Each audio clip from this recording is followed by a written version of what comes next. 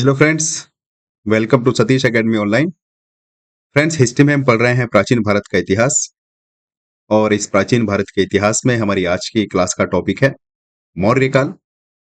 तो चलिए फ्रेंड्स, इस मौर्य काल के संदर्भ में पहले कुछ ऐतिहासिक स्रोतों को देखते हैं। कौन कौन से ऐसे ऐतिहासिक स्रोत हैं जिनसे हमें मौर्य काल के संदर्भ में जानकारी मिलती है। तो फ्रेंड्स, हमारी आज की क्लास का टॉपिक है मौर्य काल, जो 321 ईसा पूर्व से 185 ईसा पूर्व तक माना गया। तो फ्रेंड्स, अगर बात करें मौर्य काल के ऐतिहासिक स्रोत की, तो देखो मौर्य काल के संबंध में मुख्यतः तीन स्रोत हमारे सामने आते हैं। और वो तीन स्रोत आपके सामने ये है कि एक तो साहित्यिक स्रोत है, और जो विदेशी यात्री और दूत हैं उनका विवरण है, और पुरातात्विक स्रोत जैसे कि अशोक के शिलालेख और स्तंभ या स्तूप, ये हमारे पास पुरातात्विक स्रोत। इन तीनों स्रोतों से हमें मौर्य काल के संदर्भ में जानकारी मिलती है। अब एक एक करके पढ़ते हैं, समझते हैं कि साहित्यिक स्रोत से कौन कौन से ऐसे साहित्यिक स्रोत है जहां से हमें मौर्य काल के संदर्भ में जानकारी मिलती है। तो फ्रेंड्स, बात करें साहित्यिक स्रोत की, तो सबसे पहला स्रोत है कौटिल्य का अर्थशास्त्र। इस कौटिल्य को आप अच्छे से जानते होंगे। इसी कौटिल्य को हम चाणक्य कहते हैं, और इसी कौटिल्य को विष्णुगुप्त भी कहा जाता है। तो चाणक्य के तीन नाम, एक तो चाणक्य, एक कौटिल्य, और एक विष्णुगुप्त। तो इनका एक बहुत ही फेमस अर्थशास्त्र है जहां से हमें मौर्य काल के संदर्भ में जानकारी मिलती है। तो आपसे प्रश्न बन जाएगा, अर्थशास्त्र के लेखक तो आचार्य चाणक्य, या इनका अन्य नाम कौटिल्य या विष्णुगुप्त, आपको कुछ भी दिया जा सकता है। तो ये जो कौटिल्य की जो अर्थशास्त्र है, इसमें से हमें जो मौर्य काल है उसके शासन प्रणाली, कर व्यवस्था, गुप्तचर तंत्र, युद्ध नीति, अर्थव्यवस्था आदि का विवरण मिलता है। और मौर्य काल को समझने के लिए हमारे सामने साहित्यिक स्रोतों में सबसे महत्वपूर्ण स्रोत है कौटिल्य का अर्थशास्त्र। इसके बाद फ्रेंड्स, बौद्ध ग्रंथ भी हमें मौर्य काल से संबंधित जानकारी देते हैं, जैसे कि दीपवंश और महावंश। अशोक के बौद्ध धर्म में योगदान और तृतीय बौद्ध संगीति का उल्लेख मिलता है दीपवंश और महावंश में। उसी तरह से जो अशोकावदन है, उसमें हमें अशोक के जीवन, धर्म परिवर्तन और धम्म नीति पर केंद्रित जानकारी मिलती है। उसी प्रकार जो दीघ निकाय और अन्य ग्रंथ हैं बौद्ध ग्रंथ के, बौद्ध धर्म के, उनसे भी हमें सामाजिक और धार्मिक परिस्थिति का वर्णन मिलता है मौर्य काल के संदर्भ में। फ्रेंड्स, इन बौद्ध ग्रंथों के अलावा कुछ जैन ग्रंथ भी हैं जो मौर्य काल के संबंध में जानकारी देते हैं। बात करते हैं वो कौन कौन से जैन ग्रंथ है। तो जैसा कि भद्रबाहु का चरित्र, भद्रबाहु चरित्र, इससे हमें जैन मुनि जो भद्रबाहु हैं उनके साथ चंद्रगुप्त मौर्य ने श्रवण बेलगोला में संथारा किया था, उसकी जानकारी मिलती है। और हमें जैन ग्रंथ से यह भी जानकारी मिलती है कि चंद्रगुप्त मौर्य ने अपने जीवन के अंतिम समय में जैन धर्म ग्रहण कर लिया था या जैन धर्म स्वीकार कर लिया था, और भद्रबाहु के साथ श्रवण बेलगोला में संलेखना कर लिया था। फ्रेंड्स, बात करते हैं विदेशी स्रोत की, तो सबसे महत्वपूर्ण स्रोत हमारे सामने है मेगास्थनीज की इंडिका। ये मेगास्थनीज एक ग्रीक राजदूत था सेल्यूकस का, जो चंद्रगुप्त मौर्य के दरबार में आया, और इसने एक पुस्तक लिखी जिसका नाम था इंडिका। तो इस मेगास्थनीज की इंडिका में समाज, प्रशासन, सेना, नगर व्यवस्था और आर्थिक गतिविधियों का विवरण मिलता है। तो ये विदेशी स्रोत है। बात करते हैं पुरातात्विक स्रोत की, कौन कौन से पुरातात्विक स्रोतों से हमें मौर्य काल के संदर्भ में जानकारी मिलती है। तो पहला स्रोत है अशोक के शिलालेख और स्तंभ। तो फ्रेंड्स, अशोक के जो शिलालेख है वो ब्राह्मणी, खरोष्ठी, और भी दो तीन तरह की इसकी लिपि है, जैसे कि ग्रीक लिपि है और अरेमाइक लिपि है। इन चार तरह की लिपियों में अशोक के हमें स्तंभ देखने को मिलते हैं। कौन कौन सी लिपि है? ब्राह्मणी, खरोष्ठी, ग्रीक और अरेमाइक। आपसे डायरेक्ट प्रश्न पूछा जाएगा कि अशोक के स्तंभ किस लिपि में देखने को मिलते हैं, तो अशोक के स्तंभ चार लिपियों में देखने को मिलते हैं, ब्राह्मणी, खरोष्ठी, ग्रीक और अरेमाइक। और फ्रेंड्स, शिलालेखों में जो अशोक की धम्म नीति है उनकी चर्चा मिलती है, धार्मिक सहिष्णुता की चर्चा मिलती है, प्रजा का कैसे कल्याण किया उसकी चर्चा मिलती है, और नैतिक शिक्षा का उल्लेख मिलता है। ये हमारे पुरातात्विक स्रोत बताते हैं। और बात करें अशोक के प्रमुख स्तंभ कौन कौन से हैं, तो सारनाथ का स्तंभ बहुत ही प्रमुख है, सांची का स्तंभ प्रमुख है, लौरिया और नंदनगढ़ और ये रुम्मीन देई, ये सारे स्तंभ अशोक के बहुत प्रमुख है। आगे हम इन पर डिटेल में चर्चा करेंगे जब अशोक को पढ़ेंगे। तो फ्रेंड्स, ये हमारे सामने पुरातात्विक स्रोत। और जो दूसरे पुरातात्विक स्रोत है वो स्थापत्य कला है। स्थापत्य कला में जैसे कि सांची का महान स्तूप हमें देखने को मिलता है, 12 खंबा गुफा, राजगीर व पाटलिपुत्र के अवशेष और जो मौर्यकालीन मूर्ति कला है, जैसे कि सिंह स्तंभ जो हमारे भारत का राष्ट्रीय प्रतीक है, जो कि जिसको अशोक स्तंभ भी कहते हैं। तो इन सभी स्रोतों से हमें मौर्य काल के संबंध में जानकारी मिलती है। अब बात करते हैं फ्रेंड्स, मौर्य काल के प्रमुख शासक कौन कौन से हुए हैं। तो देखो, हमें मुख्यतः 4 शासकों को पढ़ना है। मैं आपको यहीं पर बता देता हूं। जो प्रमुख शासक हुए हैं, एक तो चंद्रगुप्त मौर्य, फिर चंद्रगुप्त मौर्य का पुत्र हुआ, फिर उसका पुत्र हुआ, और जो अंतिम शासक हुआ मौर्य वंश का वो बृहद्रथ हुआ, जिसका पुष्यमित्र शुंग ने वध किया। पुष्यमित्र शुंग बृहद्रथ का ही सेनापति था। तो हम एक एक करके पढ़ते हैं। हमारा पहला शासक मौर्य काल का चंद्रगुप्त मौर्य, और इसके काल की बात करें तो 321 ईसा पूर्व से 297 ईसा पूर्व तक इसका काल माना गया है। तो फ्रेंड्स, चंद्रगुप्त मौर्य के परिचय की बात करते हैं तो मौर्य वंश के संस्थापक और प्रथम सम्राट के रूप में जाना जाता है। और इस चंद्रगुप्त मौर्य को हम भारत का पहला राष्ट्रीय शासक भी कहते हैं। पहला राष्ट्रीय शासक, आपसे कभी कभी डायरेक्ट प्रश्न पूछ लिया जाता है कि भारत का पहला राष्ट्रीय शासक कौन था, तो वो चंद्रगुप्त मौर्य। और चंद्रगुप्त मौर्य ने अपने गुरु इनके थे आचार्य चाणक्य, कौटिल्य, इनके मार्गदर्शन में बहुत बड़े साम्राज्य का विस्तार किया। और इनकी जो राजधानी थी वो पाटलिपुत्र में थी, और इनका शासनकाल, जैसे कि मैंने आपको ऊपर बताया, 321 ईसा पूर्व से लेकर 297 ईसा पूर्व तक माना जाता है। फ्रेंड्स, थोड़ी सी इनके इतिहास की बात करें, जैसे कि मैंने आपको कल भी बताई थी। कल जब हमने मगध साम्राज्य पढ़ा, उस मगध साम्राज्य में जो अंतिम वंश था वो नंद वंश था। तो नंद वंश के जो अंतिम राजा थे धनानंद, तो धनानंद नंद वंश के अंतिम शासक थे। इनके राज्य में आचार्य चाणक्य गए और अपनी कुछ बात रखी। चाणक्य ने धनानंद के दरबार में जाकर अपनी कुछ बात रखी, और चाणक्य की वो बात धनानंद को पसंद नहीं आई। तो ऐसा कहा जाता है कि धनानंद ने धक्के मारकर चाणक्य को भरी सभा से बाहर निकलवाया। तब चाणक्य ने प्रतिज्ञा ली कि जो नंद वंश है इसका समूल नाश करना है। और इसी प्रतिज्ञा को पूरा करने के लिए चाणक्य ने एक बच्चे को तैयार किया जिसका नाम था चंद्रगुप्त मौर्य। और ऐसा कहा जाता है कि चंद्रगुप्त मौर्य को चाणक्य ने किसी शिकारी से गोद लिया था, और शिकारी से गोद लेने के बाद चंद्रगुप्त मौर्य को जो युद्ध कला है उसमें निपुण किया, तरह तरह की विधाएं सिखाई, और फिर अंततः उसने नंद वंश पर आक्रमण किया, जो नंद वंश के अंतिम शासक धनानंद थे। और ऐसा नहीं कि एक ही बार आक्रमण किया, शुरुआत में सफलता नहीं मिली, दोबारा किया, तिबारा किया, लेकिन एक समय ऐसा आया कि चंद्रगुप्त मौर्य ने इस धनानंद को पराजित किया, और ये धनानंद कहीं गायब होकर अपना जीवन व्यतीत करने लगे। उसके बाद की इनकी कहानी का हमें कहीं से कुछ जिक्र नहीं मिलता है। तो फ्रेंड्स, ये नंदवंश का कैसे अंत हुआ? नंदवंश का अंत किया चंद्रगुप्त मौर्य ने, और एक अलग काल की शुरुआत हुई जिसको हम कहते हैं मौर्य काल। तो फ्रेंड्स, और भी कुछ महत्वपूर्ण जानकारी इनके संबंध में हमें मिलती है मौर्य काल की अगर हम बात करें तो। मौर्य काल के संदर्भ में एक बहुत बड़े विद्वान हुए हैं जिनका नाम है प्लूटार्क। एक प्लूटार्क बहुत बड़े विद्वान है। इन प्लूटार्क का कहना है कि चंद्रगुप्त मौर्य ने 6 लाख सेना लेकर 6 लाख चंद्रगुप्त मौर्य ने 6 लाख की सेना लेकर भारत को रौंद दिया था। ये महान इतिहासकार और विद्वान प्लूटार्क का उनका कहना है कि सबसे बड़ी सेना उस समय चंद्रगुप्त के पास थी, और उनकी सेना में लगभग 6 लाख सैनिक थे। तो प्लूटार्क का मत है कि चंद्रगुप्त मौर्य ने 6 लाख की सेना के साथ भारत को रौंद दिया था। और फ्रेंड्स, एक और विद्वान है जिनका नाम है जस्टिन। ये मैंने प्लूटार्क के बारे में आपसे कहा, एक और विद्वान है जिसका नाम है जस्टिन। इस जस्टिन का ये कहना है, इन्होंने चंद्रगुप्त मौर्य को डाकू कहा, या चंद्रगुप्त मौर्य की जो सेना थी उसको डाकू कहा। और किसने कहा? जस्टिन ने। अर्थात जो जस्टिन है उसने चंद्रगुप्त मौर्य की सेना को डाकुओं का गिरोह कहा,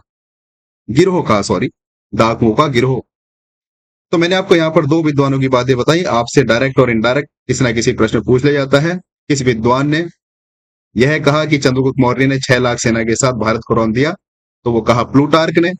और किस विद्वान ने कहा कि चंद्रगुप्त की जो सेना थी वो डाकुओं का गिरोह थी? तो वो था जस्टिन। तो फ्रेंड्स, ये हमें चंद्रगुप्त मौर्य से संबंधित कुछ हमारा सामान्य परिचय देखा। अब चलते हैं सत्ता में आगमन कैसे हुआ चंद्रगुप्त मौर्य का। मैंने आपको बताया नंद वंश के जो अंतिम शासक थे जिनका नाम था धनानंद, उनको हराकर मौर्य साम्राज्य की स्थापना करी। और चाणक्य की कूटनीति और युद्ध नीति का बड़ा योगदान चंद्रगुप्त के साथ रहा। बात करते हैं प्रशासन और शासन व्यवस्था की। देखो, चंद्रगुप्त के काल में जो शासन और प्रशासन था वो केंद्रीकृत था। केंद्रीकृत का मतलब है केवल एक ही महान राजा था शीर्ष पर, और अन्य सभी उसके जो उनका जो आ, आ, आदेश होता था उसका पालन करते थे। भाई, ये केंद्र में एक राजा है चंद्रगुप्त मौर्य, और यहाँ पर इनके मंत्री या जो भी हैं ये सब जो ऊपर से आदेश आता था उनका पालन करते थे। जब हम आगे पढ़ेंगे मध्यकालीन भारत का इतिहास, तो हम देखेंगे कि जो जो शासन और प्रशासन था वो विकेंद्रीकृत हो गया था। जैसे कि ये पूरा देश हो गया और यहाँ पर जगह जगह छोटे छोटे राजा, बड़े बड़े राजा उभर कर सामने आए। इसको बोलते हैं विकेंद्रीकृत। लेकिन यहाँ पर मौर्य काल में जो शासन और प्रशासन का जो हमें ढांचा देखने को मिलता है वो केंद्रीकृत देखने को मिलता है। ऊपर एक महान राजा था चंद्रगुप्त मौर्य, और बाकी का ये जो नीचे थे इनके सब आदेश का पालन करते थे। और फ्रेंड्स, जैसे कि हमने ऊपर चर्चा करी कि चाणक्य का जो अर्थशास्त्र है, इस अर्थशास्त्र में चंद्रगुप्त के प्रशासन का वर्णन मिलता है। अधिकारी वर्ग की बात करें तो जो अधिकारी गण थे वो आमत्य कहलाते थे, संधि विग्रह कहलाते थे, सेनापति और महाप्रतिहार इनके अधिकारी कहलाते थे। और इनके नगर में कुछ गुप्तचर विभाग भी होता था, जो एक विशेष प्रकार का विभाग माना जाता था। गुप्तचर विभाग मौर्य काल में देखने को मिलता है।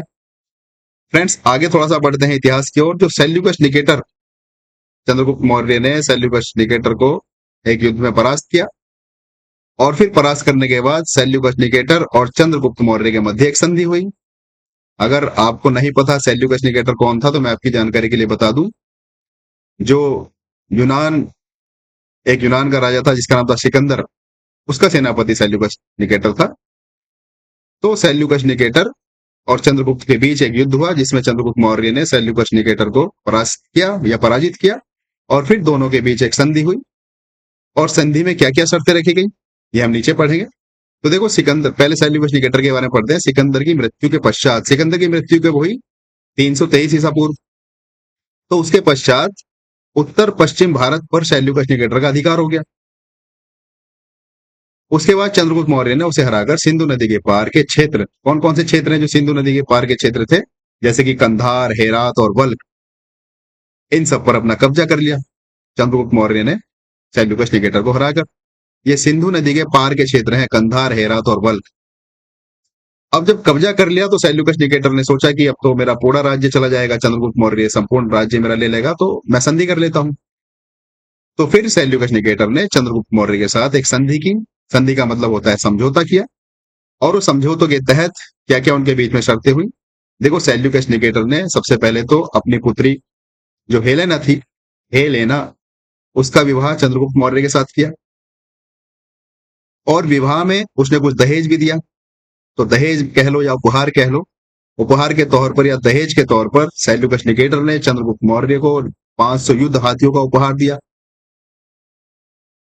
और भी बहुत कुछ दिया। जैसे कि ये हमने स्थान देखे, कुछ इतिहासकार कहते हैं कि ये दहेज में चंद्रगुप्त मौर्य को मिले थे। कुछ लोग कहते हैं कि चंद्रगुप्त मौर्य ने ये जो सेल्यूकस निकेटर था उसको युद्ध में पराजित करने के बाद प्राप्त किए थे। तो फ्रेंड्स, आप चाहे तो यहाँ पर एक छोटा सा नोट लिख सकते हैं सिकंदर के बारे में। नोट ये है कि जो सिकंदर था एक यूनान का राजा था, और इस सिकंदर ने, एक राजा हुआ था राजा पोरस, पोरस को जो झेलम नदी है जिसको वितस्ता नदी भी कहते हैं, उसके किनारे पर पराजित किया था। यहाँ पर आप नोट लिख सकते हैं, राजा सिकंदर ने, या सिकंदर ने राजा पोरस को झेलम नदी के किनारे परास्त किया था या पराजित किया था।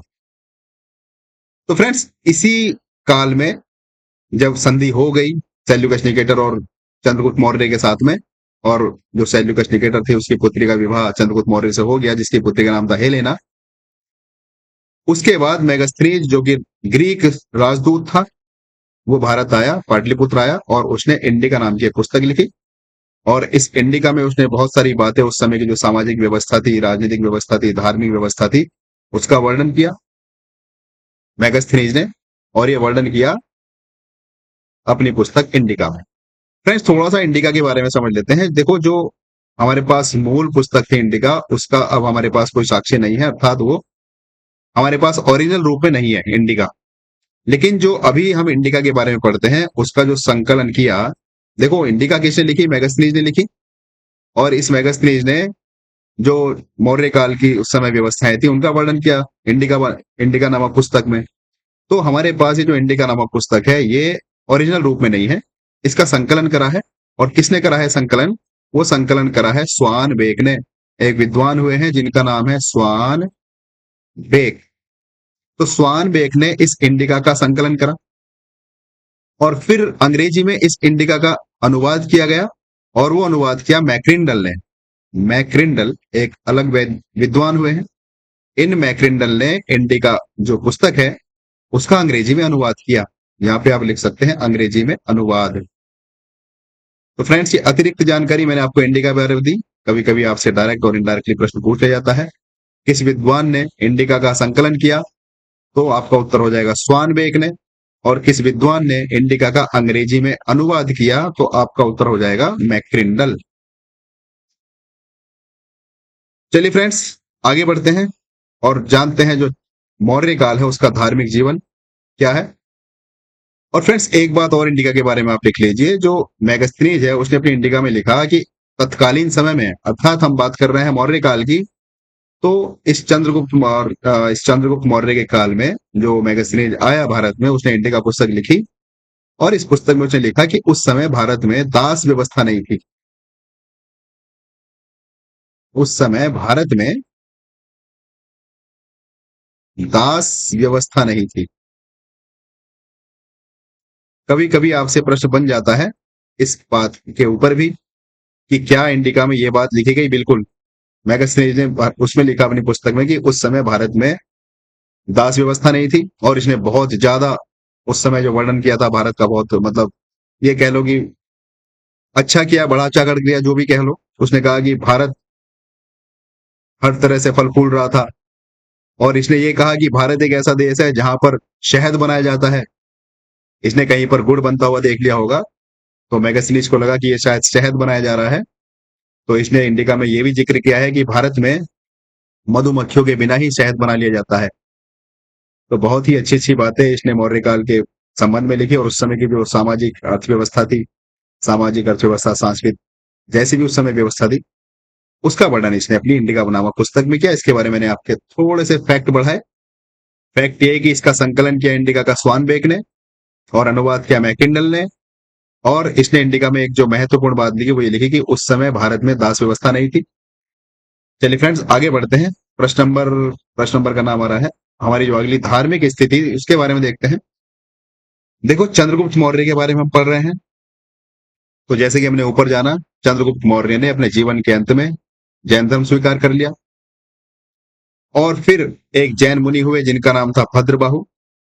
उनके साथ कर्नाटक का एक स्थान है श्रवण बेलगोला, वहां पर जाकर उन्होंने संलेखना कर लिया और अपने जीवन का अंत कर लिया। देखो फ्रेंड्स ये जैन धर्म का एक सिद्धांत है जिसको हम संलेखना भी कहते हैं। और इस संलेखना को हम कायाक्लेश भी कहते हैं। और इस संलेखना को हम संथारा भी कहते हैं। याद करो जब हमने जैन धर्म पढ़ा था, इस संलेखना के बारे में हमने डिटेल से आपको मैंने बताया था कि ये क्या होता है। ये जैनियों का एक सिद्धांत है और इसका सिद्धांत ये कहता है संलेखना का कि अगर हमारा जो पिछले जन्मों का कर्म है अभी तक हमें नहीं मिला है और हम चाहते हैं कि हमें हमारा अगला जन्म ना मिले, तो हम सभी कर्मों का भोग अपने इसी कर्म में भोगना चाहते हैं। तो हम भूखे रहकर, प्यासे रहकर अपनी जो प्राण है उनको न्यौछावर कर देते हैं, अर्थात अपने जीवन का अंत कर लेते हैं भूखे प्यासे रहकर, जिसको कहा व्रत द्वारा देह का त्याग करना कहलाता है संलेखना या कायाक्लेश। तो अपने जीवन के अंतिम समय में चंद्रगुप्त मौर्य ने भी जो जैन मुनि भद्रबाहु थे उनके साथ कर्नाटक के श्रवण बेलगोला में संलेखना किया। और फ्रेंड्स ये जो श्रवण बेलगोला है, यहाँ पर आपको देखने को मिलेगा गोमटेश्वर। जब हमने जैन धर्म पढ़ा था तो बहुत अच्छे से इसके बारे में हमने जानकारी ली थी। चलिए आगे बढ़ते हैं, बात करते हैं चंद्रगुप्त मौर्य की उपलब्धियां के बारे में। क्या क्या उपलब्धियां हैं जो चंद्रगुप्त मौर्य के नाम है? देखो पहली उपलब्धि ये है कि भारत का पहला विशाल केंद्रीकृत साम्राज्य स्थापित किया चंद्रगुप्त मौर्य ने। दूसरी उपलब्धि ये है कि विदेशी आक्रमणकारियों को हराकर उत्तर पश्चिमी क्षेत्र को स्वतंत्र किया। और तीसरी उपलब्धि है कि प्रशासनिक ढांचा इतना मजबूत बनाया कि आगे चलकर जो अशोक जैसे राजा हुए वो मौर्य काल का स्वर्ण काल कहा, मतलब मौर्य काल का स्वर्ण काल बना। उसकी जो नींव रखी, स्वर्ण काल जो ये बना अशोक के काल में मौर्य काल, तो उसकी नींव रखने का श्रेय किसको जाता है? चंद्रगुप्त मौर्य को जाता है। और फ्रेंड्स, चंद्रगुप्त मौर्य के काल में ही सुदर्शन झील का निर्माण हुआ। हमारी एग्जाम की दृष्टि से बहुत ही इंपॉर्टेंट ये टॉपिक, आपसे कभी कभी डायरेक्टली प्रश्न पूछा जाता है, सुदर्शन झील का निर्माण किसके काल में हुआ? तो चंद्रगुप्त मौर्य के काल में हुआ। देखो इसके बारे में मैंने थोड़ी सी और जानकारी बढ़ाई है सुदर्शन झील के बारे में। प्रारंभिक निर्माण तो चंद्रगुप्त मौर्य के शासनकाल में हुआ, और किसके निर्देशन में हुआ? जो चाणक्य है उनके निर्देशन में सुदर्शन झील का निर्माण हुआ। और ये जो सुदर्शन झील है, इसकी जो मरम्मत कराई शुरुआत में, वो कराई रुद्रदामन प्रथम ने। और इसका जो विवरण मिलता है रुद्रदामन प्रथम का, वो जूनागढ़ का एक अभिलेख है, वहां से हमें इसका विवरण मिलता है कि रुद्रदामन प्रथम ने सुदर्शन झील का जीर्णोद्धार किया या मरम्मत कराई। और दूसरी बार फिर मरम्मत कराई गुप्त काल में, जिनका नाम है स्कंदगुप्त। इन्होंने पुनः सुदर्शन झील की मरम्मत कराई। तो सुदर्शन झील के संबंध में आपसे 3 से 4 तरह के प्रश्न बन सकते हैं। पहला प्रश्न तो सीधा सीधा यही बनेगा कि सुदर्शन झील किसके काल में बनी? तो उत्तर हो जाएगा चंद्रगुप्त मौर्य के काल में बनी। दूसरा प्रश्न बनेगा किसके निर्देशन में बनी? तो उत्तर हो जाएगा कौटिल्य, चाणक्य अर्थात विष्णुगुप्त, इसके निर्देशन में बनी। तीसरा प्रश्न बन जाएगा चंद्रगुप्त मौर्य के बाद किस राजा या प्रशासक ने सुदर्शन झील का जीर्णोद्धार किया या मरम्मत कराई? तो उत्तर हो जाएगा रुद्रदामन प्रथम और स्कंदगुप्त है। या आपसे एक तरह का और प्रश्न बन सकता है कि सुदर्शन झील से कौन कौन से राजा संबंधित हैं? सुदर्शन झील से संबंध रखने वाले राजाओं की जानकारी दीजिए। आपको 4 ऑप्शन दे दिया जाएगा, पूछा जाएगा कि कौन सा राजा या प्रशासक सुदर्शन झील से संबंधित नहीं है। उसमें से 3 ऑप्शन आपको मिलेंगे, चंद्रगुप्त मौर्य, रुद्रदामन, स्कंदगुप्त। और चौथा नाम कोई ऐसा मिलेगा जो इस सुदर्शन झील से संबंधित नहीं है। हम उस पर टिक लगा देंगे, कह देंगे हमारा उत्तर ये है। तो फ्रेंड्स, ये मैंने आपको चंद्रगुप्त मौर्य के बारे में कुछ महत्वपूर्ण जानकारी दी। अब हम चलते हैं अपने अगले प्रशासक के पास। और जो मौर्य काल का अगला प्रशासक है चंद्रगुप्त मौर्य के बाद, वो है बिंदुसार। और ये बिंदुसार चंद्रगुप्त मौर्य का पुत्र है। इसका कार्यकाल की बात करें तो 297 ईसा पूर्व से 273 ईसा पूर्व तक इसका कार्यकाल माना जाता है। और ये चंद्रगुप्त मौर्य का पुत्र कहलाता है। पुत्र था ही कहलाता क्या है? तो देखो इसका परिचय जानते हैं बिंदुसार का। तो चंद्रगुप्त मौर्य का पुत्र या चंद्रगुप्त मौर्य का उत्तराधिकारी था। इसका जो कार्यकाल है वो 297 ईसा पूर्व से 273 ईसा पूर्व तक देखने को मिलता है। और इसकी जो उपाधि थी, इस उपाधि को कहा जाता था अमित्र घात, अर्थात जो बिंदुसार था उसको अमित्र घात कहा जाता था।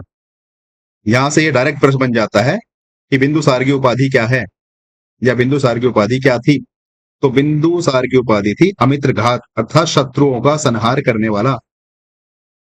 शत्रुओं का संहार करने वाला अमित्र घात कहलाता है। और इसने जो राजधानी थी इसके काल में वो पाटलिपुत्र थी। और फ्रेंड्स, एक पॉइंट और यहां पर है जो इसका पुत्र हुआ बिंदुसार का। देखो बिंदुसार तो चंद्रगुप्त का पुत्र है। देखो यहां पर जो हम मौर्य काल पढ़ रहे हैं, सबसे पहले हम पढ़ते हैं चंद्रगुप्त, इसका पुत्र हुआ बिंदुसार, और बिंदुसार का पुत्र हुआ अशोक, जिसको अशोक महान कहते हैं। क्यों कहते हैं हम अभी पढ़ेंगे। तो ये जो बिंदुसार है ये चंद्रगुप्त का पुत्र है और अशोक का पिता है। तो बिंदुसार के कार्यकाल में जो अशोक है वो तक्षशिला और उज्जैन का प्रशासन संभाल चुका था। यहां पर ये बात आप नोट कर सकते हैं। बिंदुसार के कार्यकाल में जो अशोक है वो तक्षशिला और उज्जैन का कार्यकाल संभाल चुका था। तक्षशिला कहाँ है हमने कल जाना था, हमारे भारत का बहुत ही बड़ा केंद्र शिक्षा के क्षेत्र में था, जो अभी वर्तमान में पाकिस्तान में है। तो तक्षशिला और उज्जैन का जो कार्यकाल है बिंदुसार के समय में अशोक संभाल चुका था। चलिए फ्रेंड्स आगे बढ़ते हैं। देखो शासन काल की प्रमुख विशेषताएं बिंदुसार के समय की क्या है। तो देखो पहली विशेषता यह है कि मौर्य साम्राज्य को और अधिक दक्षिण की ओर बढ़ाया। और ये माना जाता है कि बिंदुसार ने दक्षिण भारत, अगर हम मैसूर और कर्नाटक को छोड़ दें तो लगभग पूरे दक्षिण भारत पर अपना साम्राज्य, मतलब पूरे दक्षिण भारत पर अपना कब्जा कर लिया था। बस मैसूर और कर्नाटक को अगर हम छोड़ दें तो बिंदुसार के बारे में यह कहा जाता है कि बिंदुसार ने संपूर्ण दक्षिण भारत पर अपना साम्राज्य स्थापित कर लिया था। बस मैसूर और कर्नाटक को अगर हम निकाल दें तो। इनके अलावा जितने भी क्षेत्र हैं दक्षिण भारत के, सभी पर मौर्य काल का स्थापित स्थापत्य हो चुका था। और फ्रेंड्स, इनडायरेक्टली हम ये कह सकते हैं कि बिंदुसार के समय में साम्राज्य की स्थिरता और विस्तार दोनों में वृद्धि हुई। जैसे मध्यकाल में हम पढ़ेंगे बाबर के बाद मुगल काल, तो बाबर के बाद हुमायूं थोड़ा सा लड़खड़ाया, उसके बाद जहांगीर, फिर अकबर, उसके बाद शाहजहां, औरंगजेब। तो इनके समय में जो मुगल साम्राज्य था वो बढ़ता चला गया। वैसे ही हम मौर्य काल की बात करें तो चंद्रगुप्त के पास जितना साम्राज्य था फिर उससे ज्यादा बिंदुसार के साथ हुआ, बिंदुसार के पास हुआ, उसके काल में हुआ। और फिर जो राजा अशोक है उसके काल में तो पूरा साम्राज्य स्वर्ण काल कहलाया। अब बात करते हैं विदेशी संबंध। बिंदुसार के समय में क्या क्या विदेशी घटनाएं घटी। तो देखो, पहली घटना तो हमारे सामने ये घटी कि एक ग्रीक शासक था जिसका नाम था एंटीओकस प्रथम। उसने अपना दूत भेजा जिसका नाम था डाइमेकस। ये बिंदुसार के दरबार में आया था। देखो, ग्रीक शासक था एंटीओकस प्रथम, इसका ये दूत था डाइमेकस। तो यहां से देखो दो प्रश्न आपसे बन जाएंगे कि कौन सा दूत बिंदुसार के दरबार में आया। तो डाइमेकस आया, एक प्रश्न तो ये बन सकता है। दूसरा प्रश्न बन सकता है कि डाइमेकस किस राजा का दूत था। तो एंटीओकस का दूत था। तो फ्रेंड्स, ये विदेशी संबंध या विदेशी घटना जो बिंदुसार के काल में घटी, जो ग्रीक शासक था एंटीओकस प्रथम, उसने अपना दूत भेजा जिसका नाम था डाइमेकस बिंदुसार के दरबार में। इस घटना से यह पता चलता है कि जो जो मौर्य साम्राज्य था वो अंतरराष्ट्रीय पहचान रखता था, क्योंकि भाई जो विदेशी शासक हैं वो अपना दूत दरबार में भेज रहे हैं। इसका अर्थ तो यही हुआ कि जो मौर्य काल था वो काफी उस समय पहचान में रहा होगा, शानदार रहा होगा, तभी तो विदेशी लोग हमारे उसमें आ रहे थे देश में। चलिए बात करते हैं बिंदुसार के धार्मिक झुकाव की। जैसे कि हमने देखा, चंद्रगुप्त मौर्य ने अपने जीवन के अंत में जैन धर्म स्वीकार कर लिया था। लेकिन जो बिंदुसार था, चंद्रगुप्त मौर्य का पुत्र, उसने आजीवक संप्रदाय में विश्वास किया। आजीवक संप्रदाय क्या है, मैंने जैन धर्म में आपको बताया था। इस आजीवक संप्रदाय की जो स्थापना करी थी वो मक्खली पुत्र गोशाल ने की थी। मक्खली पुत्र गोशाल,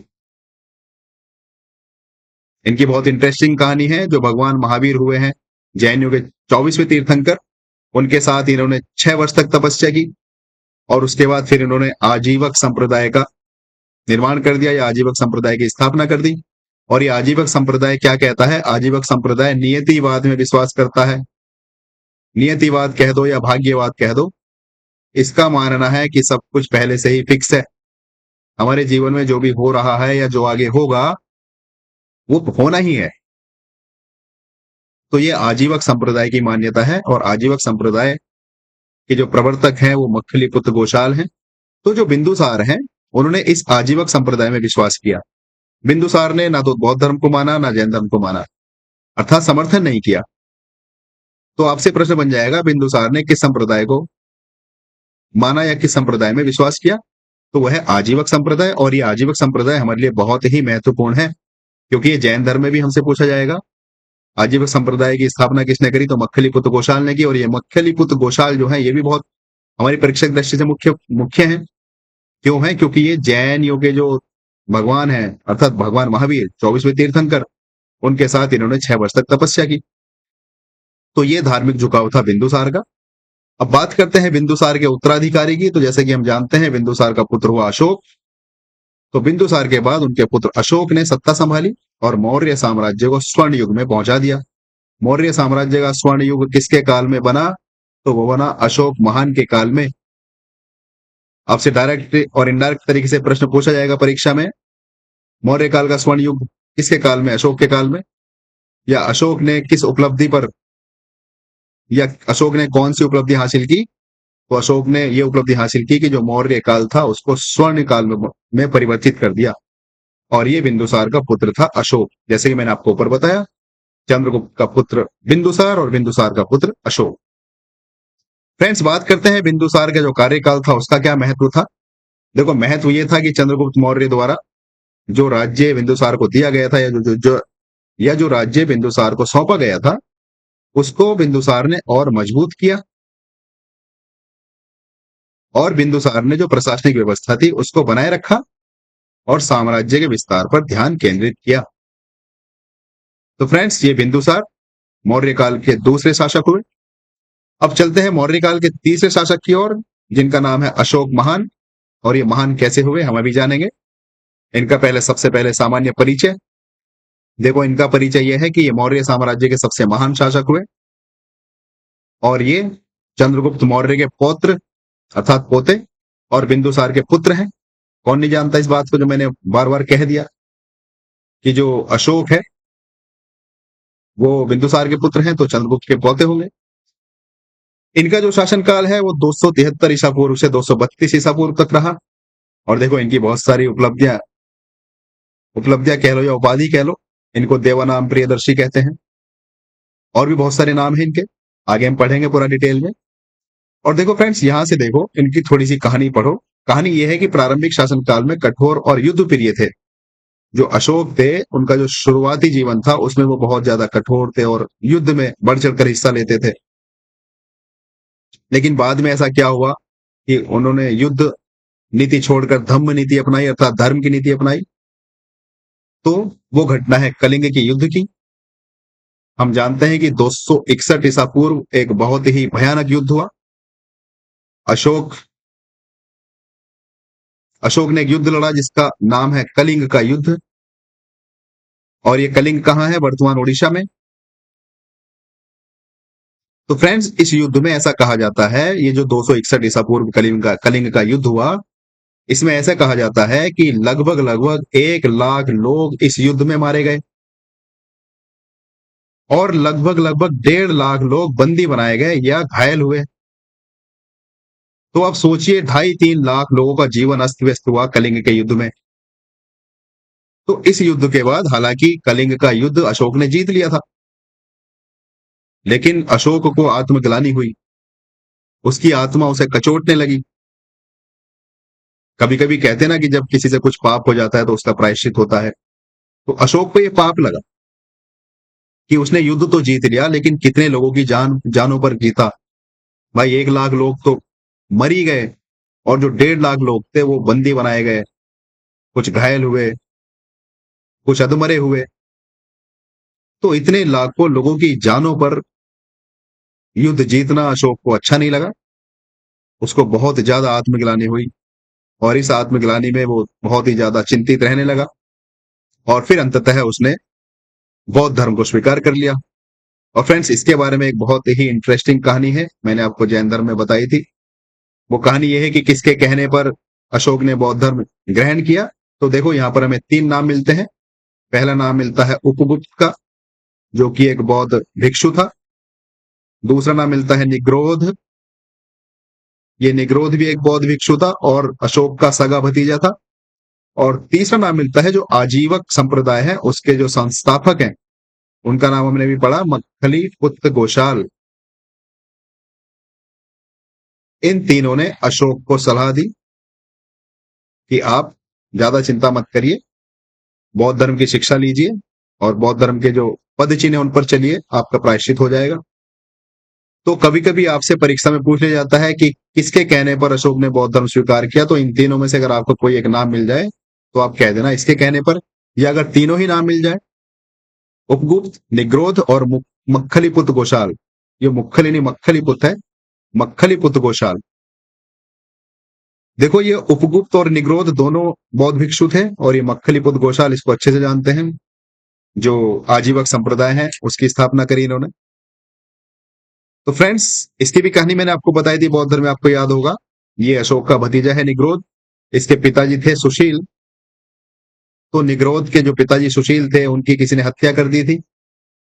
इनकी हत्या कर दी थी किसी ने। तो हत्या के बाद ये जो निग्रोध है, इसको वैराग्य हो गया और ये बौद्ध भिक्षु बन गए।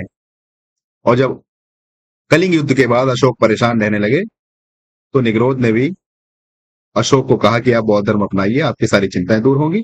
और फिर अशोक ने बौद्ध धर्म ग्रहण किया और फिर बढ़ चढ़कर जो अशोक की युद्ध नीति थी उसको छोड़ा और जो धम्म नीति है अर्थात धम्म मतलब धर्म, जो बौद्ध धर्म की नीति है उसको अपनाया। तो इसको कहते हैं धम्म नीति। तो देखो, अब अशोक ने क्या किया। अशोक की जो शासन नीति थी वो नैतिक मूल्यों पर आधारित हो गई। और प्रजा के कल्याण पर आधारित हो गई। अशोक की नीतियां पूरी बदल गई। जो अशोक कभी युद्ध प्रिय हुआ करता था, बहुत कठोर हुआ करता था, वो कलिंग युद्ध के बाद उसका ऐसा हृदय परिवर्तन हुआ कि अब वो नैतिक मूल्यों पर जोर देने लगा, प्रजा के कल्याण पर जोर देने लगा। और उसके जो मुख्य तत्व हैं जो उसने शासन में अपने राज्य में उसने जोर दिया जिस बात पर, वो था अहिंसा का पालन करो। उसने अशोक स्तंभ जगह जगह लिखवाए, हम आगे पढ़ेंगे डिटेल में। अहिंसा का पालन करो, प्राणियों की रक्षा और कल्याण करो, धार्मिक सहिष्णुता की ओर बढ़ो, और प्रजा की सेवा और नैतिकता, जो नैतिक शिक्षा है, उस पर बल दिया अशोक ने। तो एक ऐसा महान अशोक, इसलिए इसको महान बोलते हैं, मैंने कहा था अशोक महान। हमें इतिहास में ऐसा कोई उदाहरण नहीं मिलता अशोक के अलावा जिसने युद्ध नीति छोड़कर धर्म नीति अपनाई हो। एकमात्र राजा अशोक जिसने युद्ध की नीति छोड़ी और अपनी पूरी प्रजा को धर्म के रास्ते पर चलाने का बीड़ा उठाया, और प्राणियों की रक्षा करो ऐसा संदेश दिया, धार्मिक सहिष्णु रहो। देखो, धार्मिक सहिष्णुता का मतलब है किसी भी धर्म से भेदभाव मत करो। अगर आपका धर्म ये है, एबीसी कुछ भी हो सकता है, तो आप ये मत कहो कि जो दूसरा धर्म है वो बिल्कुल बेकार है। इसको बोलते हैं धार्मिक सहिष्णु रहना। हर धर्म का सम्मान करो, जितना सम्मान आप अपने धर्म का करते हो उतना ही सम्मान दूसरे धर्म का भी करो। तो ऐसी ऐसी बातें अशोक ने प्रजा के बीच में फैलानी शुरू की।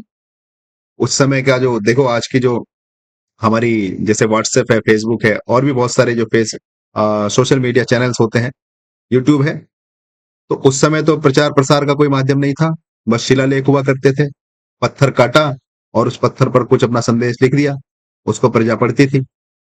तो ये उस समय के व्हाट्सएप, फेसबुक, इंस्टाग्राम वगैरह हुआ करते थे।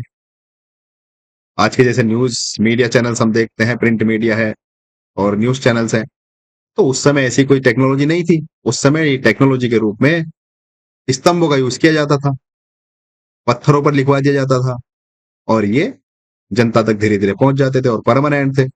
पत्थर इतने परमानेंट हुए कि हम आज तक पढ़ते हैं। तो ये था अशोक की युद्ध नीति से धम्म नीति में परिवर्तन कैसे हुआ। तो फ्रेंड्स, फिर अशोक ने क्या किया, जो धर्म प्रचार था उसका बहुत बढ़ चढ़कर किया, और कुछ धर्म महामात्र नामक अधिकारी नियुक्त किए। इन धर्म महामात्र अधिकारियों का यही काम रहता था कि बौद्ध धर्म का प्रचार प्रसार करें। और अशोक यहीं पर नहीं रुका। अशोक का एक पुत्र हुआ करता था महेंद्र, और अशोक की पुत्री थी संघामित्र, या संघमित्र भी कहीं कहीं लिखते हैं। तो अशोक ने इस महेंद्र को, अपने पुत्र को, और संघामित्र अपनी पुत्री को श्रीलंका में भेजा बौद्ध धर्म का प्रचार प्रसार करने के लिए। हम आगे पढ़ेंगे। तो अशोक ने धर्म महामात्र नामक अधिकारी नियुक्त किए। और फिर बात करते हैं बौद्ध धर्म का प्रचार प्रसार कहां कहां तक अशोक ने किया। तो देखो, अशोक ने बौद्ध धर्म को भारत ही नहीं बल्कि श्रीलंका, म्यांमार, थाईलैंड और अन्य देशों में भी पहुंचाया। और अशोक के कार्यकाल में तीसरी बौद्ध संगीति हुई, पाटलिपुत्र में हुई 250 ईसा पूर्व में। और देखो, जैसे कि मैं भी आपसे बता रहा था, ये महेंद्र है, कहीं कहीं इसको महिंद लिखा जाता है, ये अशोक का पुत्र है, और ये संघमित्र है, ये अशोक की पुत्री है। इन दोनों को अशोक ने बौद्ध धर्म के प्रचार के लिए श्रीलंका में भेजा। चलिए फ्रेंड्स, अब थोड़ी सी बात कर लेते हैं अशोक के शिलालेखों की। देखो, अशोक के शिलालेख बहुत ही फेमस है। तो सबसे पहले हम बात करते हैं जो अशोक के शिलालेख खोजे, वो टी फैंतलर ने खोजे। अशोक के जो शिलालेख है उनकी खोज 1750 ईस्वी में हुई। और किसने करी खोज? टी फैंतलर ने की। आपका डायरेक्ट प्रश्न यहां से बनता है, अशोक के शिलालेखों की खोज किसने की? टी फैंतलर ने की। कब की? 1750 में की। और आपका दूसरा प्रश्न यहां से बनता है कि अशोक के जो शिलालेख हैं उनको सबसे पहले किसने पढ़ा? तो वो पढ़ा जेम्स प्रिंसेप ने 1837 में। तो यहां से अशोक के जो शिलालेख हैं उनसे संबंधित दो प्रश्न हमसे डायरेक्ट पूछे जाते हैं। पहला प्रश्न तो ये पूछा जाता है कि खोज कब और किसने की? तो खोज की 1750 में और टी पैंथलर ने की। और दूसरा प्रश्न पूछा जाता है कि सबसे पहले किसने पढ़ा? तो 1837 में जेम्स प्रिंसेप ने पढ़ा। तो फ्रेंड्स, बात करते हैं कुल कितने शिलालेख अशोक के हमें देखने को मिलते हैं। देखो, जो बड़े बड़े कुल जो शिलालेख हैं अशोक के, जो बहुत ही बड़े हैं, बृहद शिलालेख, वो 14 हैं। और अन्य जो लघु शिलालेख हैं उनकी तो गिनती नहीं है, वो काफी है। लेकिन जो प्रमुख बड़े शिलालेख हैं वो उनकी गिनती 14 है।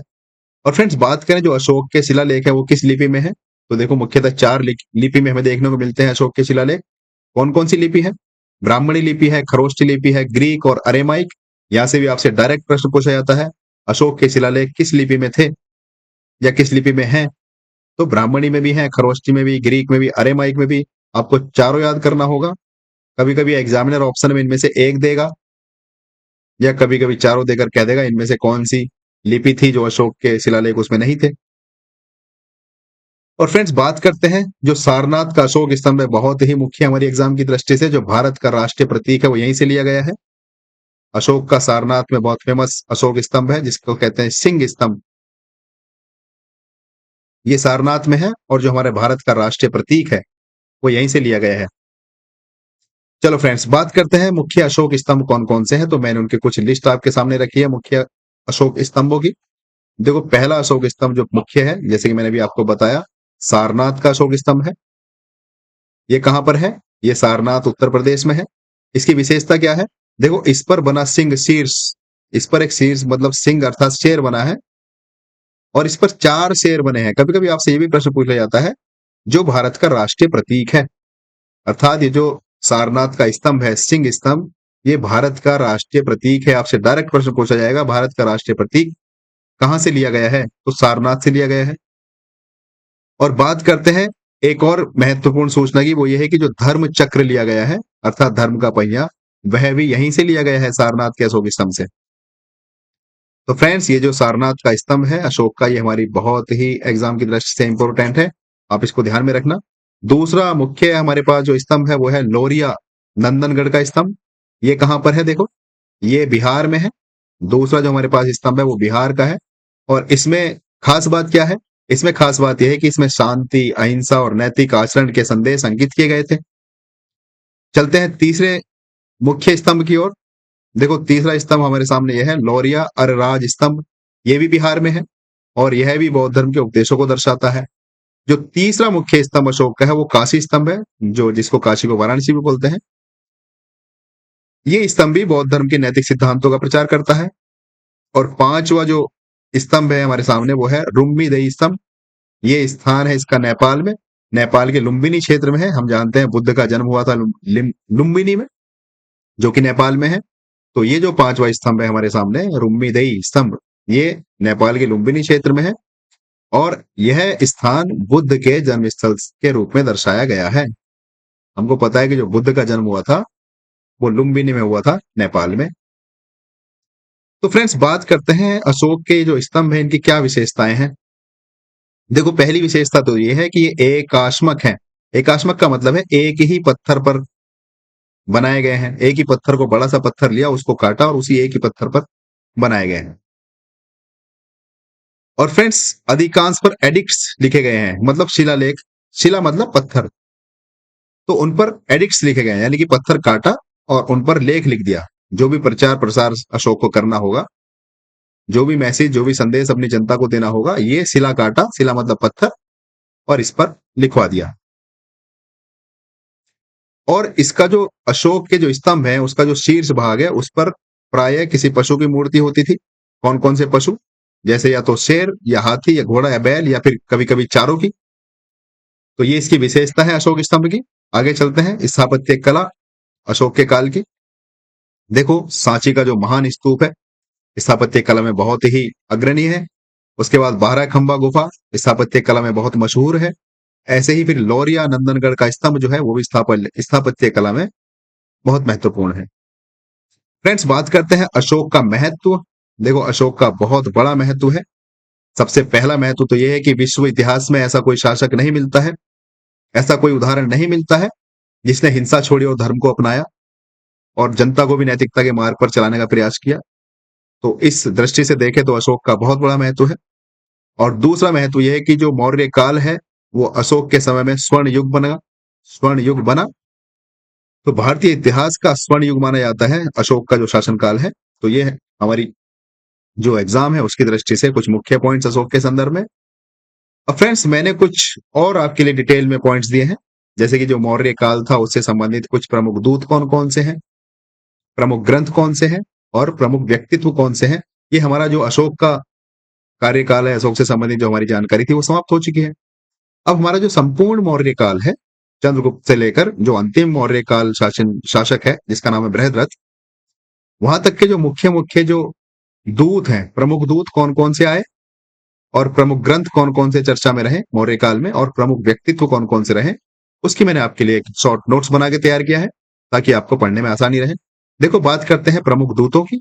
तो सबसे पहला दूत हम अच्छे से जानते हैं मेगास्थनीज, जो कि मौर्य काल में भारत में आया था, और ये यूनानी दूत था जिसे सेल्यूकस निकेटर ने चंद्रगुप्त मौर्य के दरबार में भेजा था।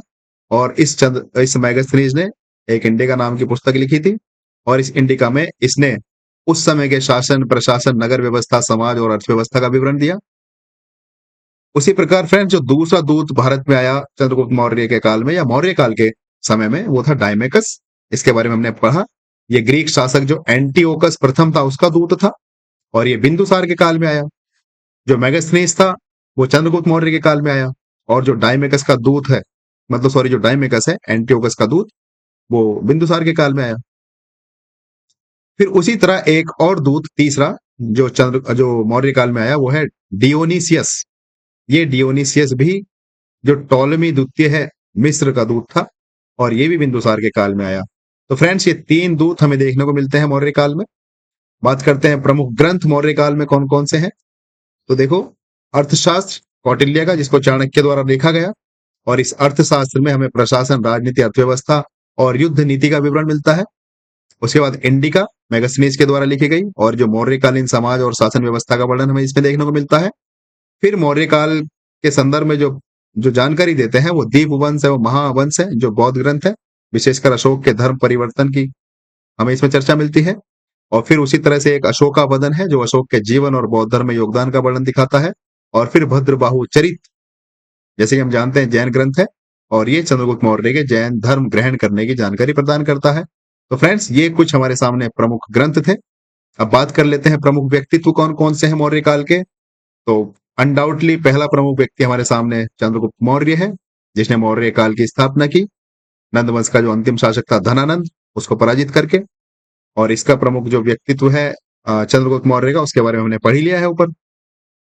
देखो, चंद्रगुप्त मौर्य ने मौर्य वंश के संस्थापक के रूप में हमारे सामने आए, चाणक्य की सहायता से नंद वंश को पराजित किया, और जीवन के अंतिम समय में जैन धर्म अपना लिया चंद्रगुप्त मौर्य ने। और उसी तरह से हम अगर शॉर्ट में बात करें बिंदुसार की, तो बिंदुसार चंद्रगुप्त मौर्य का पुत्र था। इसकी जो उपाधि थी वो अमित्रघात थी। साम्राज्य का विस्तार दक्षिण भारत तक हमने हमने पढ़ा। उसमें अगर दो विशेष क्षेत्रों को छोड़ दें तो हम ये कह देंगे कि जो दक्षिण भारत था वो पूरा बिंदुसार ने अपना साम्राज्य बना लिया था। उसी तरह अशोक की बात करें, अशोक का जो काल था मौर्य काल का स्वर्ण युग कहलाया, और जो कलिंग युद्ध है उसके बाद बौद्ध धर्म ग्रहण कर लिया और धम्म नीति का प्रचार किया। उसी तरह जो चौथे व्यक्तित्व है मौर्य काल के, वो है आचार्य चाणक्य। इन चाणक्य का नाम कौटिल्य भी है, इन चाणक्य का नाम विष्णुगुप्त भी है। इन्होंने मौर्य साम्राज्य के निर्माण में सूत्राधार दिया, अर्थात नींव रखी मौर्य साम्राज्य की। और इन्होंने जो प्रमुख पुस्तक लिखी वो अर्थशास्त्र लिखी। तो फ्रेंड्स, ये हमने पढ़ा मौर्य काल के प्रमुख व्यक्ति। अब जो मौर्य काल के समय के जो सिक्के थे प्रमुख, उनके बारे में चर्चा करते हैं। देखो, पहला सिक्का चांदी का। इन चांदी के सिक्कों को कहीं कहीं पर्ण, अर्धपर्ण, मुख्य और अर्धमुख्य कहा जाता था। तांबे के सिक्के भी हुआ करते थे मौर्य काल में, और तांबे के सिक्कों को मासक, अर्धमासक, कांकड़ी, अर्धकांकड़ी कहा जाता था। और जो सोने के सिक्के होते थे मौर्य काल में, उन सोने के सिक्कों को कहा जाता था करशापण, या तो कारशापण लिख देते थे इसको, या करशापण, करशापण। तो ये सोने के सिक्के मौर्य काल में देखने को मिलते हैं। फ्रेंड्स, उसके बाद मौर्य काल में हमें न्यायालय भी देखने को मिलते थे। देखो, पहला न्यायालय होता था दीवानी न्यायालय, और इस दीवानी न्यायालय को धर्म स्थायी कहा जाता था। और इस दीवानी न्यायालय का जो प्रमुख होता था उसको व्यवहारिक कहते थे, व्यवहारिक। उसी तरह से दूसरा न्यायालय हमें देखने को मिलता है फौजदारी न्यायालय। इस फौजदारी न्यायालय को कंटक शोधन कहा जाता था, और इस कंटक शोधन का जो प्रमुख व्यक्ति होता था उसको प्रदेष्टा कहा जाता था। फ्रेंड्स, और भी साक्ष्य में मिलते हैं, जैसे कि इस मौर्य काल की हम बात करते हैं। अशोक ने आजीवक सन्यासियों के रहने के लिए बराबर की पहाड़ी पर गुहा निर्मित कराई। गुहा अर्थात गुफा। बात करते हैं कहाँ कहाँ निर्मित कराई। तो देखो, जैसे सुदामा गुफा, अशोक ने आजीवक सन्यासियों के लिए बात चल रही है। आजीवक सन्यासी कौन थे? जो नियतिवाद में विश्वास करते हैं, जिसकी स्थापना किसने करी? मक्खलीपुत्र घोषाल ने। तो अशोक ने इन आजीवक सन्यासियों के रहने के लिए बराबर की पहाड़ी पर गुहा का निर्माण करवाया। गुहा मतलब गुफा।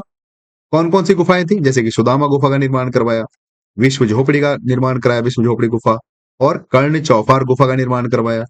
उसी तरह से एक और राजा हुए दशरथ, राजा दशरथ। तो इन्होंने नागार्जुनी पहाड़ी पर गुहा का निर्माण करवाया। गुहा मतलब गुफा। इन्होंने कौन कौन सी गुफाओं का निर्माण करवाया? तो लोमस ऋषि की गुफा का निर्माण करवाया, और वड पिका की गुफा का निर्माण करवाया। और फ्रेंड्स ये नोट के रूप में एक बहुत ही मुख्य जानकारी मौर्य काल से संबंधित मैंने आपको दी है। देखो मौर्य काल में जनगणना होती थी। अब आप सोचिए, मौर्य काल में जनगणना कराई जाती थी, मौर्य काल में बजट पेश किया जाता था, मौर्य काल में जन्म और मृत्यु का पंजीकरण किया जाता था, और अगर कोई चोरी करता था मौर्य काल में उसको सीधा मृत्यु दंड दिया जाता था। ये मौर्य काल से संबंधित कुछ मुख्य नोट्स। और फ्रेंड जैसे कि आप जानते हैं मौर्य वंश का अंतिम शासक हुआ बृहद्रथ। इस बृहद्रथ का एक सेनापति था जिसका नाम था ये सेनापति ब्राह्मण था बृहद्रथ का, और वो सेनापति था पुष्यमित्र शुंग। इस पुष्यमित्र शुंग ने बृहद्रथ की हत्या की और मौर्योत्तर काल का आरंभ किया। अर्थात यहां से हमारा मौर्य काल समाप्त। और फिर अगली क्लास में पढ़ेंगे मौर्योत्तर काल। और मौर्योत्तर काल के जो संस्थापक थे वो पुष्यमित्र शुंग, जो कि इस बृहद्रथ के सेनापति थे। इसके बारे में हम कल डिटेल में जानकारी लेंगे। तो फ्रेंड्स अब हम चलते हैं अपने प्रश्नों की ओर, जो मौर्य काल से संबंधित 30 एमसीक्यूज। जैसे कि आप जानते हैं हमारी डेली की परंपरा, पहले हम चैप्टर को अच्छे से समझते हैं, उसके बाद हम उस चैप्टर से संबंधित एमसीक्यूज को सॉल्व करते हैं। तो देखो पहला एमसीक्यूज हमारे सामने है, मौर्य काल से संबंधित हमारा पहला प्रश्न। और देखो मैंने ये एमसीक्यूज डिवाइड कर दिए हैं स्रोत व स्थापना के आधार पर। प्रश्न नंबर 1 से लेकर 10 तक जो प्रश्न है वो स्रोत व स्थापना के आधार पर है। देखो जैसे कि पहला प्रश्न है, मौर्य साम्राज्य की स्थापना कब हुई? तो बताइए कब हुई मौर्य साम्राज्य की स्थापना? 321 ईसा पूर्व। चंद्रगुप्त मौर्य के गुरु कौन थे? इसको बताना पड़ेगा क्या? चंद्रगुप्त मौर्य के गुरु, गुरु कह दो या पालनकर्ता भी कह लो, क्योंकि चंद्रगुप्त मौर्य को चाणक्य ने एक शिकारी से गोद लिया था। तो चंद्रगुप्त मौर्य के गुरु भी थे और चंद्रगुप्त मौर्य के पालनकर्ता भी थे, पालनहार भी थे। तो कौटिल्य, और इन कौटिल्य का नाम मैंने आपको कई बार बता दिया। कौटिल्य को ही हम चाणक्य कहते हैं और कौटिल्य को ही हम विष्णुगुप्त कहते हैं। चलिए फ्रेंड्स प्रश्न नंबर चलते हैं 3 की ओर। प्रश्न नंबर 3 में हमसे कहा मौर्य काल की जानकारी देने वाला यूनानी दूत कौन था? तो बताइए मौर्य काल की जो जानकारी देता है कौन सा यूनानी दूत देता है? मेगास्थनीज देता है कि नहीं देता है? Option number B. अब देखो मेगास्थनीज जो पुस्तक लिखी उसका क्या नाम था? अब तो आपको रट गया होगा, मेगास्थनीज ने पुस्तक लिखी थी इंडिका। देखो ये जो अर्थशास्त्र ये कौटिल्य ने लिखा, जो राज तरंगिणी है ये कल्हड़ ने लिखी है। कल्हड़ की राज तरंगिणी बहुत फेमस है, इसको हम आगे पढ़ेंगे जो मौर्योत्तर काल है उसमें। चलिए आगे बढ़ते हैं। प्रश्न नंबर 5। प्रश्न नंबर 5 में हमसे पूछा गया है जूनागढ़ शिलालेख किससे संबंधित है? तो जो जूनागढ़ शिलालेख है वो रुद्र दामन से संबंधित है। जो हमें ये जानकारी देता है जो सुदर्शन झील है, उस सुदर्शन झील का उसने क्या करवाया था? जीर्णोद्धार अर्थात मरम्मत करवाई थी। तो उसकी जानकारी हमें कहां से मिलती है? रुद्र दामन की जूनागढ़ अभिलेख से मिलती है, शिलालेख। तो ये रुद्र दामन से संबंधित है। चलिए प्रश्न नंबर 6 की ओर चलते हैं। देखो प्रश्न नंबर 6 में हमसे पूछा गया है कि मौर्य काल के साहित्यिक स्रोत में कौन सी पुस्तक प्रमुख है? तो बताइए इनमें से जो पुस्तक दी गई है मौर्य काल के साहित्यिक स्रोतों में कौन सी प्रमुख है? तो हमें दूर से नजर आ रही है अर्थशास्त्र, महाभाष्य नहीं है, बृहद संहिता नहीं है, पंचतंत्र नहीं है, तो अर्थशास्त्र। चलिए आगे बढ़ते हैं। प्रश्न नंबर 7। प्रश्न नंबर 7 में हमसे पूछा गया है चंद्रगुप्त मौर्य ने अपनी अंतिम आयु कहाँ बिताई? तो बताइए कहाँ बिताई? श्रवण बेलगोला में। जो जैन मुनि थे भद्रबाहु, उनके साथ उन्होंने संथारा कर लिया, अर्थात संलेखना, अर्थात कायाक्लेश के माध्यम से अपने जीवन को समाप्त कर लिया। चलिए प्रश्न नंबर 8 की ओर चलते हैं। प्रश्न नंबर 8 में हमसे कहा गया है मौर्य काल का प्रथम सिक्का किस धातु का था? तो बताइए किस धातु का था मौर्य काल का प्रथम सिक्का? वो था रजत धातु का। प्रश्न नंबर 9, मौर्य साम्राज्य की राजधानी कहाँ थी? तो बताइए मौर्य साम्राज्य की राजधानी आपको कहाँ थी? आपको क्या लगता है? पाटलिपुत्र में थी। जो चंद्रगुप्त मौर्य थे उनके समय में राजधानी पाटलिपुत्र थी। मौर्य काल के प्रशासन का वर्णन किस पुस्तक में मिलता है? तो बताइए कौन सी पुस्तक है जिसमें मौर्य काल के प्रशासन का वर्णन मिलता है? शायद ये प्रश्न रिपीट हो चुका है। अर्थशास्त्र में मिलता है, चाणक्य की अर्थशास्त्र। चलिए प्रश्न नंबर 11 की ओर चलते हैं। मुझे लगता है क्लास लंबी हो गई है। देखो प्रश्न नंबर 11 से लेकर 20 तक शासक व उनके कार्य, मैंने जो प्रश्न बनाए हैं आपके लिए इस आधार पर बनाए हैं। प्रश्न नंबर 11 से लेकर 20 तक शासक और उनके कार्य। तो प्रश्न नंबर 11 में हमसे कहा है बिंदुसार का उपनाम। तो बताइए बिंदुसार की उपाधि क्या थी? अमित्रघात अर्थात शत्रुओं का संहार करने वाला। ये जो देवानाम प्रिय है ये अशोक की उपाधि है, और ये प्रियदर्शी भी अशोक की उपाधि है। हमसे तो पूछा है बिंदुसार का उपनाम क्या था? तो बिंदुसार का उपनाम था अमित्रघात। चलिए प्रश्न नंबर 12 की ओर चलते हैं। किस शासक ने अमित्रघात की उपाधि धारण की? देखो फिर से सेम रिपीट क्वेश्चन। प्रश्न नंबर 13, अशोक के समय में मौर्य साम्राज्य की सीमा कहां तक फैली? तो बताइए कहां तक फैली अशोक के समय में मौर्य साम्राज्य की सीमा? कश्मीर से कन्याकुमारी तक? बिल्कुल। हिंदू कुश से बंगाल की खाड़ी तक? बिल्कुल। अफगानिस्तान से कर्नाटक तक? बिल्कुल। उपर्युक्त सभी। देखो जो कश्मीर का जो एक शहर है जिसका नाम है श्रीनगर, बहुत ही इंपॉर्टेंट खबर आपके लिए मैं दे रहा हूं। इस श्रीनगर शहर की स्थापना अशोक ने की थी, अर्थात ये श्रीनगर अशोक ने बसाया था। कभी कभी आपसे डायरेक्ट प्रश्न पूछा जाएगा, श्रीनगर जो जम्मू कश्मीर में है उसकी स्थापना किसने करी थी, तो अशोक ने करी थी। चलिए प्रश्न नंबर 14 की ओर चलते हैं। प्रश्न नंबर 14 में हमसे कहा है अशोक ने बौद्ध धर्म कब अपनाया, तो बताइए कब अपनाया। कलिंग युद्ध के बाद। अब तो आपको रट गया होगा अच्छे से। कलिंग युद्ध कब हुआ, ये भी रट गया होगा। 261 ईसा पूर्व। हमने इसकी चर्चा बौद्ध धर्म में भी करी थी। चलिए प्रश्न नंबर 16 की ओर चलते हैं। प्रश्न नंबर 16 में हमसे पूछा गया है अशोक का अभिलेख किस लिपि में है, तो बताइए किस लिपि में है। ब्राह्मणी में है, बिल्कुल। खरोष्टी में, ग्रीक में, तो सभी में है। एक और है चौथी, अरेमाइक। तो उपयुक्त सभी। प्रश्न नंबर 17, मौर्यकालीन राजस्व का प्रमुख स्रोत क्या है, तो बताइए प्रमुख स्रोत क्या था मौर्यकालीन राजस्व का। तो वो प्रमुख स्रोत था भूमि कर। जो भूमि थी उस पर कर लिया जाता था। यहाँ से जो सरकार थी उसका प्रमुख जो राजस्व था वो इकट्ठा होता था। प्रश्न नंबर 18, अशोक ने कितनी शिलालेखों और स्तंभ लेख जारी किए, तो बताइए। प्रश्न नंबर 18, अशोक ने कितने शिलालेख और कितने स्तंभ जारी किए, तो जैसे कि मैंने आपको बताया जो बृहद स्तंभ थे अशोक के वो 14 थे, और जो शिलालेख थे, स्तंभ लेख थे, वो 8 थे। मतलब शिलालेख 14 और स्तंभ लेख 8। और भी लघु लघु स्तंभ थे, मतलब छोटे, उनकी तो गिनती नहीं है। पर प्रमुख शिलालेखों की बात करें तो वो 14, और जो स्तंभ लेख थे प्रमुख बड़े बड़े वो 8। आपसे अगर प्रश्न पूछा जाए तो आप ध्यान रखना, 14 और 8। प्रश्न नंबर सी, मतलब ऑप्शन नंबर सी, प्रश्न नंबर 18 का उत्तर हो जाएगा ऑप्शन नंबर सी। चलिए प्रश्न नंबर 19 की ओर पढ़ते हैं। 19 में हमसे पूछा है अशोक ने अपने शिलालेखों में किस नाम से स्वयं को संबोधित किया, तो बताइए किस नाम से संबोधित किया। देखो प्रियदर्शी के नाम से भी संबोधित किया, बिल्कुल। देवानाम प्रियदर्शी से भी किया, बिल्कुल। तो ऑप्शन नंबर सी हो जाएगा, प्रियदर्शी एवं देवानाम प्रियदर्शी। चलिए आगे बढ़ते हैं। प्रश्न नंबर 20, अशोक के समय बौद्ध धर्म की तीसरी संगीति कहाँ हुई, तो बताइए। ये आपको बताना पड़ेगा क्या, ये हमने बौद्ध धर्म में भी पढ़ा था। कहाँ हुई बताइए। अशोक के समय में जो तीसरी बौद्ध संगीति हुई वो पाटलिपुत्र में हुई। किसको नहीं पता ये बात। चलिए आगे बढ़ते हैं प्रश्न नंबर 21 की ओर। और जो प्रश्न नंबर 21 है उनका जो मैंने प्रारूप रखा है वो स्थापत्य, सिक्के और अन्य तथ्यों के आधार पर रखा है। जैसे कि सुदर्शन झील का निर्माण किसके शासन में हुआ, तो बताइए किसके शासन में हुआ। चंद्रगुप्त मौर्य के शासन में हुआ। सुदर्शन झील की पहली मरम्मत किसने करवाई, तो किसने करवाई पहली मरम्मत, पहली मरम्मत की बात कर रहा है, पहली मरम्मत करवाई रुद्रदामन ने। और दूसरी मरम्मत आपको पता ही है। इस तरह के प्रश्न आपकी परीक्षा की दृष्टि से बहुत मुख्य हैं। प्रश्न नंबर 23, मौर्य काल के स्वर्ण सिक्कों को क्या कहा जाता था, तो बताइए स्वर्ण सिक्कों को क्या कहा जाता था। मैंने आपको बताया था स्पेशल, करशापन। मौर्य काल के स्वर्ण सिक्कों को करशापन कहा जाता था। प्रश्न नंबर 24, पंचमार्क सिक्कों पर क्या अंकित होता था, तो पंचमार्क जो सिक्के होते थे उन पर चिन्ह और प्रतीक अंकित होते थे। आगे पढ़ते हैं। प्रश्न नंबर 25 में हमसे कहा गया है मौर्य काल में सबसे बड़ा प्रशासनिक विभाग कौन सा था, तो जो मौर्य काल का सबसे बड़ा प्रशासनिक विभाग था वो प्रांत का हुआ करता था। Option number B. चलिए प्रश्न नंबर 26 की ओर चलते हैं। हमसे पूछा गया है अशोक ने किस स्थान पर सिंह स्तंभ स्थापित किया था, जो आज भारत का राष्ट्रीय प्रतीक है। फ्रेंड्स मैं आपको दोबारा बता रहा हूं, ये सारे प्रश्न जितने भी मैंने लिए हैं आपकी परीक्षा की दृष्टि से बहुत ही इंपॉर्टेंट है। तो हमसे पूछा गया है कि अशोक ने किस स्थान पर सिंह स्तंभ स्थापित किया जो आज भारत का राष्ट्रीय प्रतीक है, तो बताइए कौन से स्थान पर स्थापित किया था। Sarnath, option number B. चलिए आगे बढ़ते हैं। आगे पूछा गया अशोक ने किस स्थान पर सबसे बड़ा शिलालेख अभिलेख बनवाया, तो सबसे बड़ा शिलालेख कहां पर मिलता है अशोक का, ये पूछा गया है। तो वो मिलता है गिरिनार। मौर्यकालीन शासन की सबसे निचली इकाई क्या कहलाती थी, तो जो मौर्य काल था सबसे निचली इकाई कहलाती थी ग्राम। भाई ग्राम होता था, उसके ऊपर विश्व, उसके ऊपर फिर नगर, फिर सबसे ऊपर आप जानते हैं। प्रश्न नंबर 29 की बात करें, मौर्य साम्राज्य का पतन कब हुआ, तो देखो हमने जो मौर्य साम्राज्य उसका कार्यकाल पढ़ा। तो जो पतन हुआ, पतन की बात कर रहे हैं तो 185 ईसा पूर्व में हुआ। मतलब जो मौर्य काल की जो समय सीमा है, जो अंतिम समय सीमा वो कहां तक थी, 185 ईसा पूर्व। तो हमसे यही पूछ रहा है पतन कब हुआ, तो जो मौर्य काल है उसका पतन 185 ईसा पूर्व हुआ। अंतिम मौर्य शासक कौन था, बताइए। मैंने आपको बताया था क्लास के अंत में जब हमने हमारा जो टॉपिक है उसका अंत किया था।